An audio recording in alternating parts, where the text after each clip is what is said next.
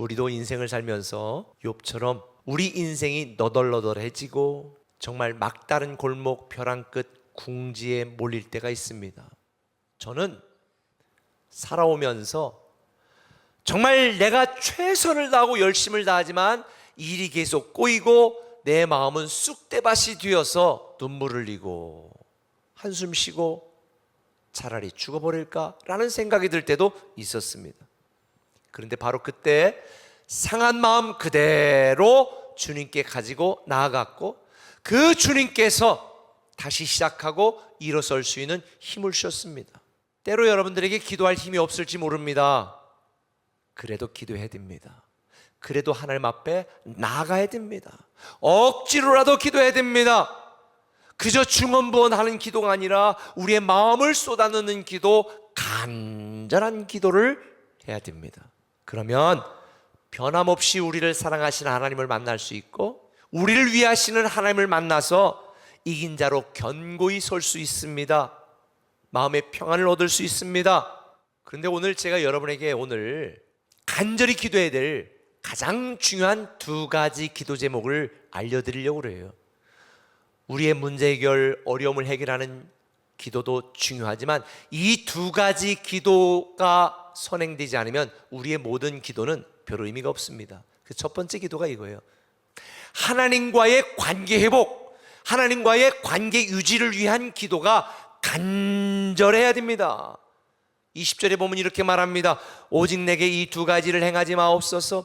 그리하시면 내가 주의 얼굴을 피하여 숨지 아니하겠나이다.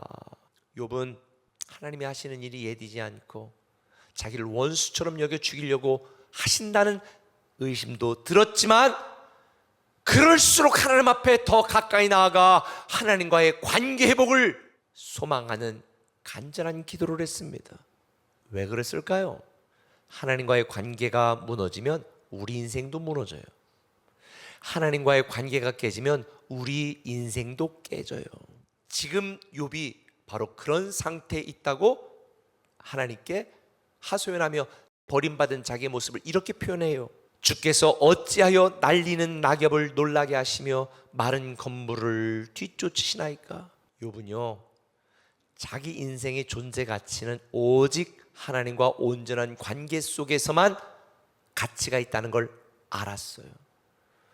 하나님이 외면하시고 하나님께 버림받고 하나님을 떠난 사람의 인생은요, 낙엽 같은 인생이고 건불같이 보잘것없는 인생이라는 것, 존재라는 걸 알았어요. 하나님과의 관계가 단절되면 모든 게 스톱됩니다. 여러분은 지금 하나님과 어떤 관계를 맺고 있습니까? 친밀한 관계요? 온전한 관계요? 아니면 두려운 관계요? 우리가 이긴 자의 결말을 맞이하려면 하나님과 사랑의 관계, 온전한 관계가 유지되어야 됩니다.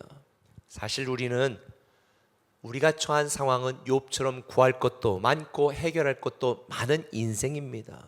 그러나 지금 우리가 구해야 될 가장 중요한 것은 하나님과의 관계 회복과 관계 유지예요.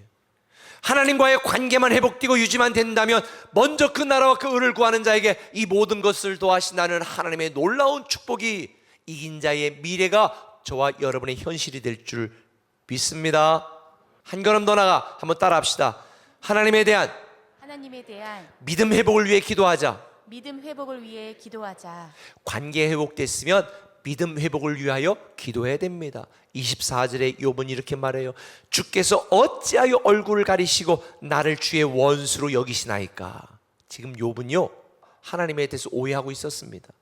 사실 하나님은 욥을 자랑스러워했고요, 기뻐했고요, 보호하고 있었는데 욥은 지금 당장 자기의 고난을 바라보면서 하나님이 자기를 외면하고 버렸고 원수 취급하고 있다고 오해하고 쓴뿌리를 갖고 있었어. 더군다나 26절에 보니까 주께서 나를 대적하사 괴로운 일들을 기록하시며 내가 젊었을 때 지은 죄를 내가 받게 하신다. 우리도 뜻하지 않은 고난과 고통을 당하면 당연히 하나님이 우리를 벌하신다고 우리는 하나님께 원망하고 의심할 수 있어요. 하나님은 우리를 다 주시하고 있다가 내 행위에 따라서 복 주시고 벌 주시고 막 이렇게 냉정하고 차가운 분이 아니셔요. 사도 요한은 요한일서 4장 16절에 우리에게 하나님이 어떤 분인지 이렇게 말하고 있습니다. 하나님이 우리를 사랑하시는 사랑을 우리가 알고 믿었나니 하나님은 사랑이시라.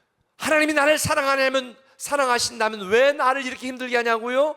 여러분, 하나님 사랑의 결정적인 증거가 있어요. 뭘까요? 십자가예요. 십자가는 장식품이 아니에요. 사랑의 증거예요. 육적인 고난과 어려움 속에 있다고 우리를 사랑하시는 하나님을 의심하거나 불신하거나 오해하지 마세요. 하나님은 헤아릴 수 없는 사랑으로 우리를 기다리고 계십니다. 하나님께 쓰임 받고 싶으세요? 믿음으로 꿈을 꾸세요. 기도응답 받고 싶으세요? 믿음으로 기도하세요. 하나님이 이루시고 하나님이 응답하시고 하나님이 축복하십니다. 아무리 답답하고 힘든 상황에 처한다 할지라도 낙심하지 마세요. 믿음이 일합니다. 믿음이 이긴 자의 결론을 만들어내는 거예요. 그래서 히브리서 11장 1, 2절에 뭐라고 말했어요? 믿음은 바라는 것들의 실상이요 보지 못하는 것들의 증거니.